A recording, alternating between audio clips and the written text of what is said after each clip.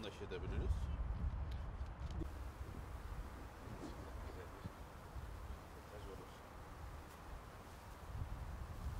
Rüzgar iş yapar mı? Yo, iyi.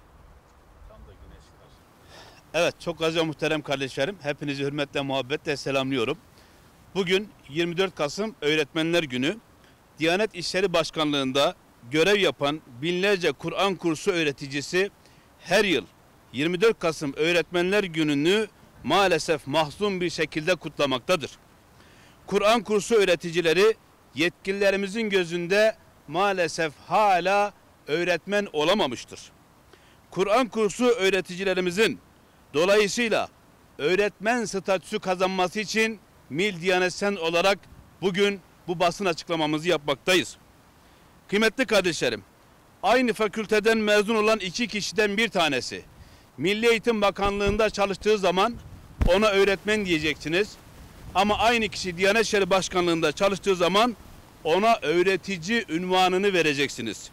Dolayısıyla bu adaletsizliktir, haksızlıktır, hatta komiktir ve bu Kur'an kursu öğreticilerimizi adeta üvey evlat muamelesi çekmektir.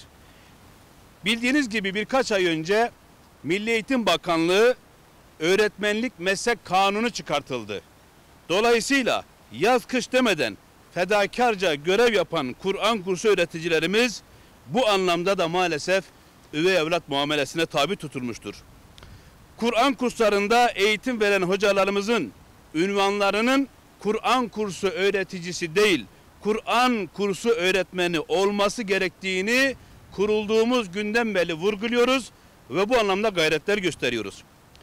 Diyanet İşleri Başkanlığı bünyesinde görev yapan Kur'an kursu öğreticileri için 2013 yılında o zamanki Başbakan Yardımcımız Sayın Bekir Bozdağ'ın şöyle bir ifadesi vardı basına yansıyan.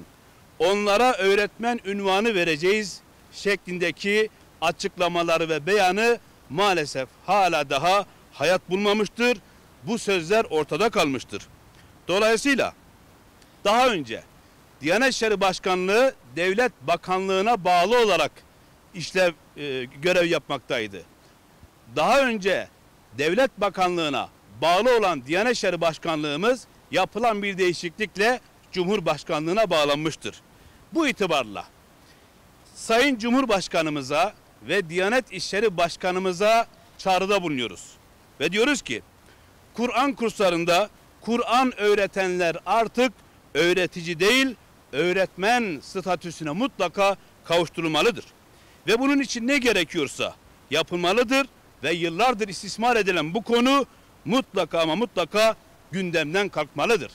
Bizler Mil Diyanet Sen olarak sürekli istismar edilen bu konunun gündemden kalkması için ne gerekiyorsa yapacağız ve bu konunun takipçisi olacağız.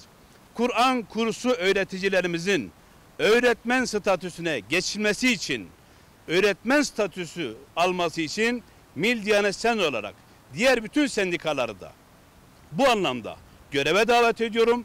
Kamuoyu oluşturarak inşallah el birliğiyle bu kardeşlerimizin bu manada öğretmen olabilmeleri için gerekli adımlar, somut adımlar neyse atılması gereken hepsinin atılması için onları da göreve davet ediyorum. Hepinizi saygıyla selamlıyorum.